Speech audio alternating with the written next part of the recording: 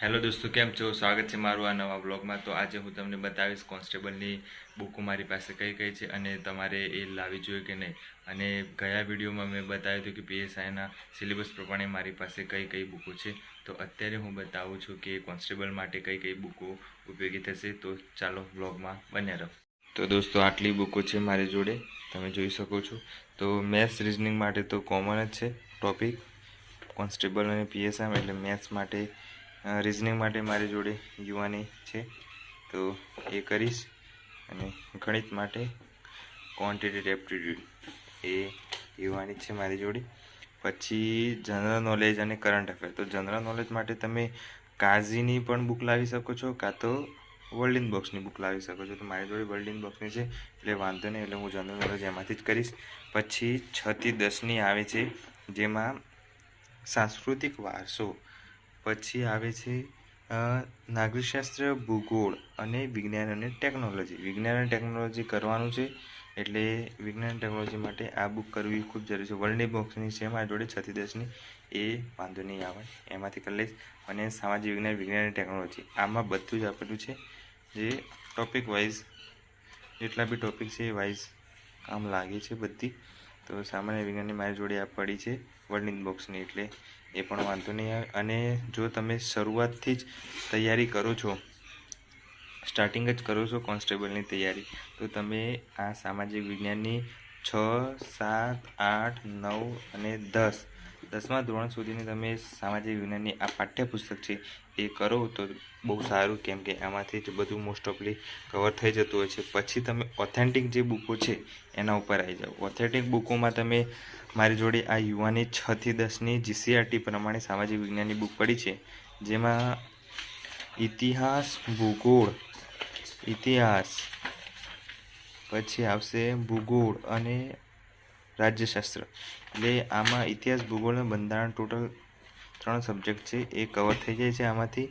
અને અર્થશાસ્ત્ર, પીએસઆઈમાં અર્થશાસ્ત્ર છે, જો કે આ કંઈ કામનું નથી. કોન્સ્ટેબલમાં અર્થશાસ્ત્ર એ પીએસઆઈમાં છે, અર્થશાસ્ત્ર પીએસઆઈ માટે છે અર્થશાસ્ત્ર, એટલે એ કંઈ કામનું નથી. કોન્સ્ટેબલમાં બંધારણની જરૂર છે, તો બંધારણ માટે આ અલગથી એક બુક વસાવી શકો છો, જેમાં બંધારણ બી આવી જાય અને પંચાયતી રાજ બી પૂછાય. આ વખતે મોસ્ટ ઓફલી પંચાયતી રાજના જ ક્વેશ્ચનો હશે, એટલે પંચાયતી રાજ કરવું ખૂબ જ જરૂરી છે. અને બંધારણ બી કરવું સાથે સાથે. અને ભારતનો ઇતિહાસ આ કરવા જેવું છે, જે મારી જોડે યુવાની બુક છે, જે પ્રાચીન અને મધ્યકાલીન કવર કરી લે છે. અને આધુનિક ભારતનો ઇતિહાસ એ બી મારી જોડે પડ્યો છે, એટલે આ કરી લેવું છે. અને એક કોન્સ્ટેબલની બીજી બુક હતી મારી જોડે, એ આ પડી કોન્સ્ટેબલની બુક, એમાંથી પણ કવર થઈ જાય છે. અને બીજી પડી છે વર્લ્ડ ઇન બોક્સની આખી કોન્સ્ટેબલની બુક ભેગી, પોલીસ કોન્સ્ટેબલ અને પીએસઆઈ માટે. આ બુક બી કવર કરી લે છે, એટલે આમાં કયા કયા ટોપિક આવેલા છે જોઈ લઈએ આપણે એકવાર. સામાન્ય જ્ઞાન આપેલા છે, ગુજરાતનો ઇતિહાસ, ગુજરાતની ભૂગોળ, ગુજરાતના જિલ્લાઓ, ગુજરાતનું અર્થતંત્ર, ગુજરાતની આબોહવા, ભારતનો ઇતિહાસ, પછી ભારતનો ભૂગોળ, ભારતનું બંધારણ, સામાન્ય ભૂગોળ, વિશ્વની ભૂગોળ, વિશ્વનો ઇતિહાસ, રમતગમત, બધું મોસ્ટ ઓફલી ટોપિક આવેલા છે. એટલે આ બુક બી સારી જ છે, પણ અત્યારે આ લવાય એવી નથી, કેમ કે હવે આવું વન લાઇનર ક્વેશ્ચનો આવતા નથી, વિધાનવાળા ક્વેશ્ચનો આવે છે, એટલે ધ્યાનથી વાંચવું કે શું ન વાંચવું ધ્યાન રાખવું પડે. એટલે બસ આ જ છે. તો દોસ્તો, તમે જો તૈયારી કરતા હોય તો આવી એક પ્રિન્ટ કઢાવી લો સિલેબસની, અને સિલેબસની પ્રિન્ટ કઢાવી લો એટલે તમને ખબર પડે. કોન્સ્ટેબલનો સિલેબસ મારી જોડે પડ્યો છે, પીએસઆઈનો બી પડ્યો છે, એટલે આવી પ્રિન્ટ કરાવો એટલે કોઈ બી ટોપિક વાઇઝ તમે ટીક કરી શકો છો. જેમ કે રિઝનિંગ અને ડેટા ઇન્ટરપ્રિટેશન્સ, ક્વોન્ટિટેટિવ એપ્ટિટ્યૂડ 50 માર્ક્સનું છે પીએસઆઈમાં.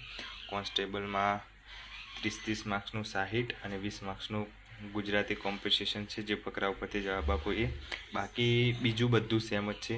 બંધારણ છે, ઇતિહાસ છે, પછી ભૂગોળ છે, પછી કલ્ચર એટલે સાંસ્કૃતિક વારસો છે, સામાન્ય જ્ઞાન અને કરંટ અફેર, પર્યાવરણ, વિજ્ઞાન અને ટેકનોલોજી. વિજ્ઞાન અને ટેકનોલોજી આમાં જે છે એ ઇન્ફોર્મેશન, જેમ કે ટેકનિકલ વસ્તુ, ડીઆરડીઓ, પછી સ્પેસ રિસર્ચ એ બધું પીએસઆઈમાં છે. પહેલાંમાં રોજિંદા જીવનમાં જે વિજ્ઞાન ટેકનોલોજી આપણે 6 થી 10માં આવે છે એ બુકમાં એ કરવાનું છે. એટલે આટલું બાકી તો બધું સેમ જ છે. એટલે આવો એક સિલેબસ કાઢી દો તમે, એટલે તમારી તૈયારી સરળ થઈ જાય બસ.